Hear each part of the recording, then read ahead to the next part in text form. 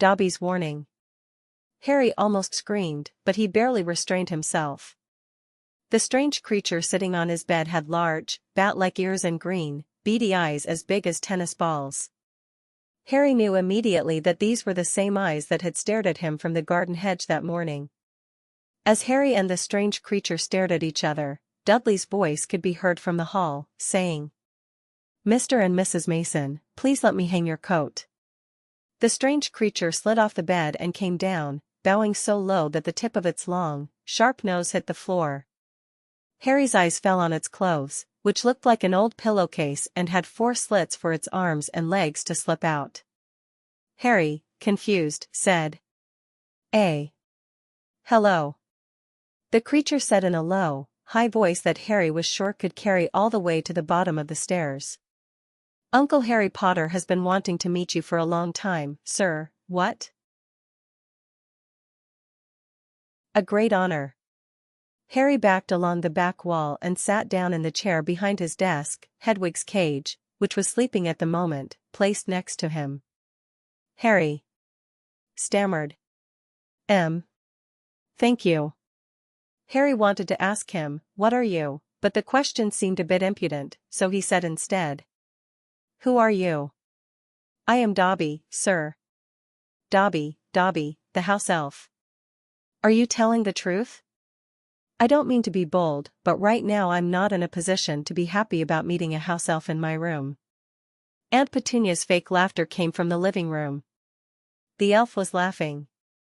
He lowered his head. Harry immediately said, "Don't think I'm upset to see you, but I want to know why you came here." "Is there a specific reason?"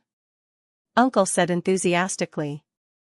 "Yes, sir, Uncle is here to tell you. It's very difficult to say. Sir. Uncle doesn't know where to start." Harry pointed to the bed and said politely, "Please sit down." The house elf cried loudly and looked at the terrified look. Harry groaned and said, "Please, no way, no way." Harry noticed that the conversation in the living room had become fainter, and he said slowly, "Sorry. I didn't mean to offend at all." Dobby said in a hoarse voice. "You embarrassed Dobby." No wizard had ever invited Uncle Dobby to sit down. No wizard had ever considered me his equal. Harry, trying to calm him down, put on a comforting face and sat him down on the bed. Dobby, who had been hiccuping, sat down on the bed like a big, ugly doll. When he finally regained his composure, he stared at Harry with an admiring look. Harry said, trying to put him out of his misery, "You've never met an honorable wizard before."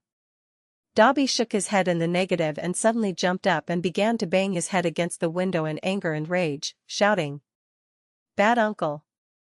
Bad uncle!" Harry immediately jumped up and sat him back on the bed and said, "Don't do it, Dad, what are you doing?" Hedwig, who had woken up, began to flutter in her cage with a loud whoop. The house elf, whose eyes were swollen shut after those blows, said, "Dobby should have punished himself, sir. He slandered his family behind their backs, sir." "Family?" "Yes, the wizarding family that Uncle serves. Dobby is a house elf and is forced to stay in one house and be a slave to one family for the rest of his life." Harry asked in the corner of the room, "Do they know you came here?" The uncle trembled and said, "Oh no sir, no. Uncle should punish himself more severely for coming here. Dobby should put his ears in the oven door for this." "Sir, if they find out?" "If you put your ears in the oven, won't they understand?" "I don't know, Sir. Dobby always has to punish himself for something." "They don't care about these things. Dobby does, Sir. Sometimes reminds Uncle that he needs to punish himself a lot more. So why don't you leave? Why don't you run away?" "Sir, the elf must be freed, but that family will never free Dobby. Dobby must serve that family until he dies." Harry, staring at an unknown point, said, "Tell me, I thought it would be very difficult for me to stay in this house for another 4 weeks. So if that's the case, there are so many people around, can't anyone help you? Is there nothing I can do?" Harry immediately regretted what he had said, as Dobby began to praise Harry in his shrill voice again. Harry said quietly, stunned, "Please be quiet. Please. If the Slice hear you. If they find out you're here. Harry Potter wants to help Uncle. Uncle had heard a lot about your chivalry and greatness, but he had no idea that you were this good." Harry, his face hot and flushed with anxiety and discomfort, said, "Whatever you hear about my greatness, you idiot, I didn't even become a first-year student. Hermione is a first-year student." But Harry stopped short, because the thought of Hermione bothered him. Dobby, his large eyes shining, looked at Harry with a respectful expression and said, "Harry Potter is humble and humble, Harry Potter is proud of his victory over his name." Said Harry. "Do you mean Voldemort?" Uncle put his hand on his bad ears and groaned. "Sir, don't mention his name, don't mention his name," Harry said immediately. "Ron. Sorry. Yeah. I know many people are upset to hear his name. My friend." Harry stopped short again. Thinking about Ron was also bothering him. Dobby, his eyes the size of headlights, leaned towards Harry and said in a half-blooded voice. Dobby heard that Harry Potter had faced the Dark Lord for the second time a few weeks ago, and this time he managed to escape his clutches. Harry nodded in agreement, and his uncle's eyes filled with tears. Dobby, who was out of breath, wiped his eyes with the dirty pillowcase he was wearing and said, "Sir, the brave Harry Potter has already gone through many dangers, but Dobby has come to take care of Harry Potter, even if he has to put his ears in the oven later. He must warn Harry Potter of the danger. Harry Potter must not return to Hogwarts." After this sentence from Uncle, there was a silence in the room, broken only by the sound of spoons and forks coming from downstairs and the sound of Uncle Vernon's snoring in the distance. Harry stammered. What? But I have to go back. The new semester starts on September 1st. I'm just hoping that I can survive here. You don't know what it's like here. This is not my place. My place is in your world, in Hogwarts." Dobby shook his head so hard in disapproval that his ears pricked up. The fan shook, then he said in his squeaky voice, No, Harry Potter must stay in a safe place. He is very big and good and must not be lost. If Harry Potter returns to Hogwarts, he will face death." Harry asked in surprise. "What for?" "Harry Potter, there is a conspiracy afoot that will cause disaster at Hogwarts School of Witchcraft and Wizardry this year." The uncle, whose entire body was shaking, continued slowly. "Uncle has known this for months, sir. Harry Potter should not risk his life. Harry Potter is an important character, sir." "What disaster? Who plotted it?" Uncle swallowed his anger with a strange sound and shook his head madly again. He slammed into the wall.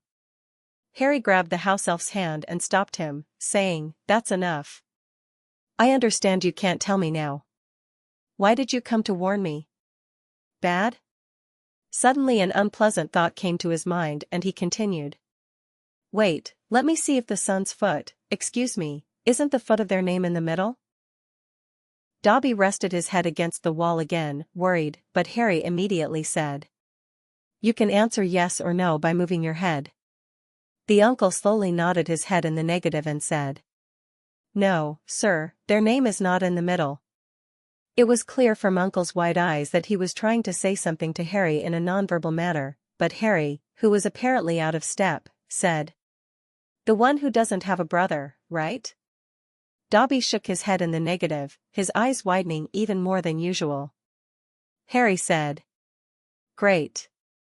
I don't think anyone else could cause a disaster at Hogwarts. I mean, with Dumbledore. Who do you know Dumbledore?" Dobby bowed his head and said, "Albus Dumbledore is the most distinguished headmaster Hogwarts has ever seen." "Dobby knows that, sir. Dobby knows of Dumbledore's power. He knows that he is Lord's rival. It will be black, but sir." Uncle lowered his voice and whispered, "But there are powers that Dumbledore doesn't have. Powers that no honorable wizard has." Before Harry could stop him, he jumped off the bed and grabbed Harry's reading lamp from the table, hitting him hard on the head with it, making ear-splitting screams. Suddenly there was silence downstairs. 2 seconds later, Harry, his heart pounding, heard Uncle Vernon come into the hall and say, "Dudley must have turned on the TV again, you elf." Harry said softly to Dobby, "Hurry up, go to the closet." Harry quickly pushed Dobby into the closet, closed the door on him, and just before when the door to his room opened, he threw himself on his bed. Uncle Vernon entered the room and he brought his large face close to Harry's and said through clenched teeth, "What the hell are you doing? Are you trying to mess up our house? If you make those noises again, I'll make you regret ever being born." When Uncle Vernon left the room, Harry, trembling, pulled his uncle out of the closet and said, "Do you see what the hell is going on here? Now do you understand why I have to go back to Hogwarts? That's the only place where I have a few that I think I like," Dobby said slyly. "The same friends who didn't even write letters to Harry Potter?" Harry frowned and said, "They must be. Wait and see. How did you know that my friends wrote to me? Didn't he write?" Dobby shifted in his place and said, "Harry Potter shouldn't be angry with his uncle. His uncle's intentions were good." "So you hid my letters?" "Dobby has them all here, sir." Dobby moved listlessly out of Harry's reach, then pulled the thick bundle of letters from under the pillowcase he was wearing. Harry recognized Hermione's beautiful, legible handwriting, Ron's coarse, ill-formed handwriting, even the crab-like handwriting that the lines were Hogwarts's huntsman's grid, Dobby realized, looking up worriedly. He winked at Harry and said, "Harry Potter shouldn't be angry." Uncle thought, if Harry Potter thinks his friends at Hogwarts have forgotten him, maybe he won't return to Hogwarts again. "Sir." Harry didn't listen to Dobby anymore. He jumped to keep the letters from his hands, but he jumped to another corner and said, "Harry Potter must promise not to return to Hogwarts, then Dobby will give him his letters." "Sir, you must not face that great danger." "Sir, tell him to.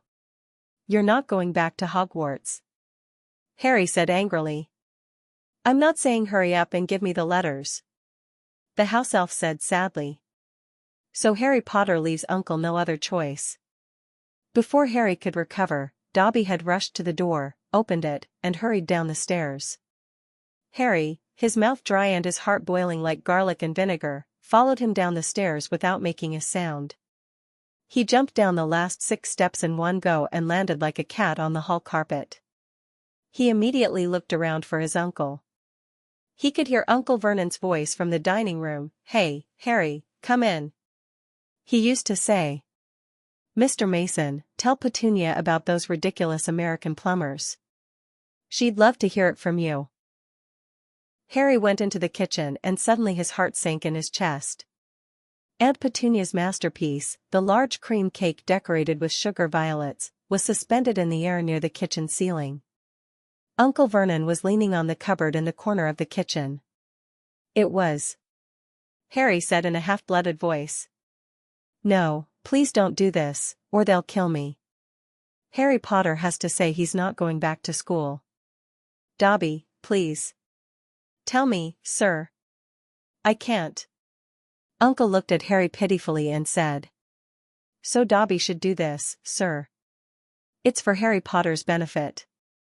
The dessert plate fell to the floor with a terrible crash, shattering into pieces, and the cream on the cake splattered all over the door and wall. Dobby disappeared with a sound like the crack of a whip. There was a scream and a howl from the dining room, and Uncle Vernon rushed into the kitchen. He saw Harry, covered in Aunt Petunia's cream and frozen with terror. At first it seemed like Uncle Vernon wanted to explain everything. "He's Petunia's nephew. He's very shy and afraid of strangers, so he stays in his room whenever we have guests." She led Mr. and Mrs. Mason back into the dining room and quietly told Harry that she would make him mincemeat after the guests had left. Then she handed Harry a salted egg and left the kitchen. Aunt Petunia took some ice cream out of the freezer and Harry, still shivering, got busy cleaning the kitchen.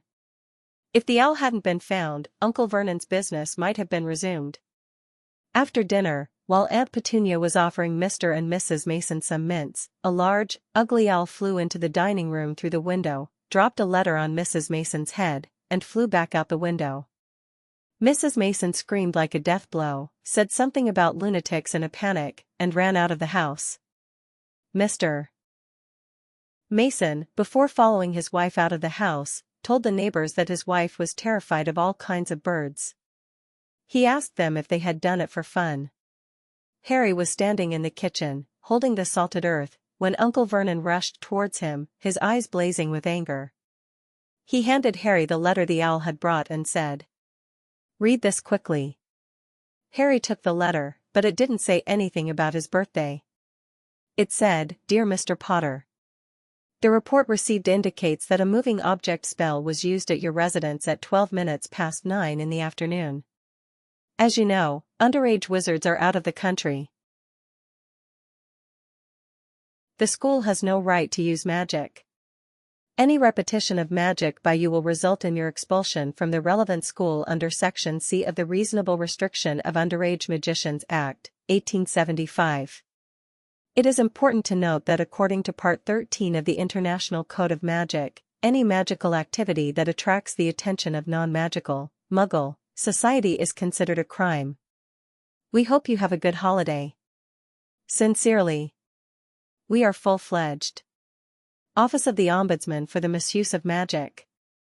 Ministry of Magic. Harry looked up and swallowed. Uncle Vernon said, his eyes shining with joy. You didn't tell us you weren't allowed to do magic outside of school. You forgot to tell us, didn't you? You were distracted. Uncle Vernon, approaching him like a giant bulldog, said through clenched teeth. I have good news for you. I want to imprison you. I won't let you go to that school anymore. Even if you try to free yourself with your magic, they will expel you. They do.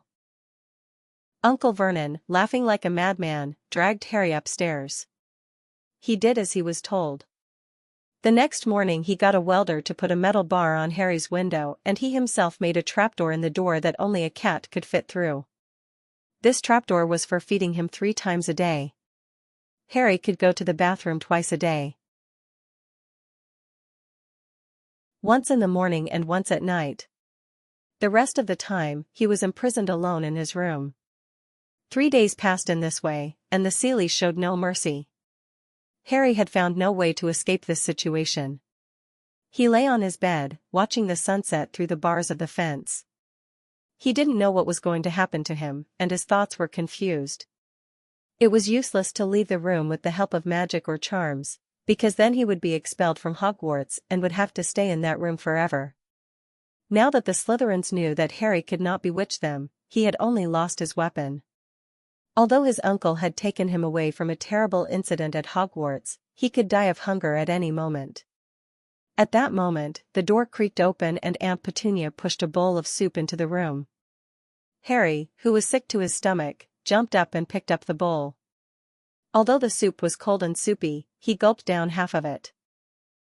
Then he went to Hedwig's cage and poured the remaining vegetables from the bottom of the bowl into Hedwig's empty food dish. Hedwig flapped her wings and looked at the vegetables in disgust. Harry said sadly, "You better eat, this is all we have." Harry, who was hungrier after eating the soup, placed the empty bowl in front of the hatch and lay down on his bed. What would happen if he lived another 4 weeks and didn't go to school? Would they send someone to investigate to see what had happened to Harry? Could they force the Dorothys to send Harry to school? It was getting dark. With a tired body and a sore stomach, Harry fell into a restless sleep, searching for answers to his countless questions. He dreamed that he was being exhibited in a zoo and was on a billboard. The underage wizard was lying on a bed of straw, tired and hungry, and some people were staring at him from behind the bars of the cage. Suddenly he saw Dobby in the crowd and shouted for help. But his uncle said, "Harry Potter is in the safe there, sir." Then he saw the Dursleys. Dudley was laughing at him and shaking the bars of the cage violently. The sound of the bars shaking wildly rang in Harry's ears, and Harry said, "Enough, stop it. Leave it, I want to sleep." Harry opened his eyes. Moonlight was shining through the window into the room, and someone was actually staring at Harry from behind the bars, someone with a freckled face, red hair, and a long nose.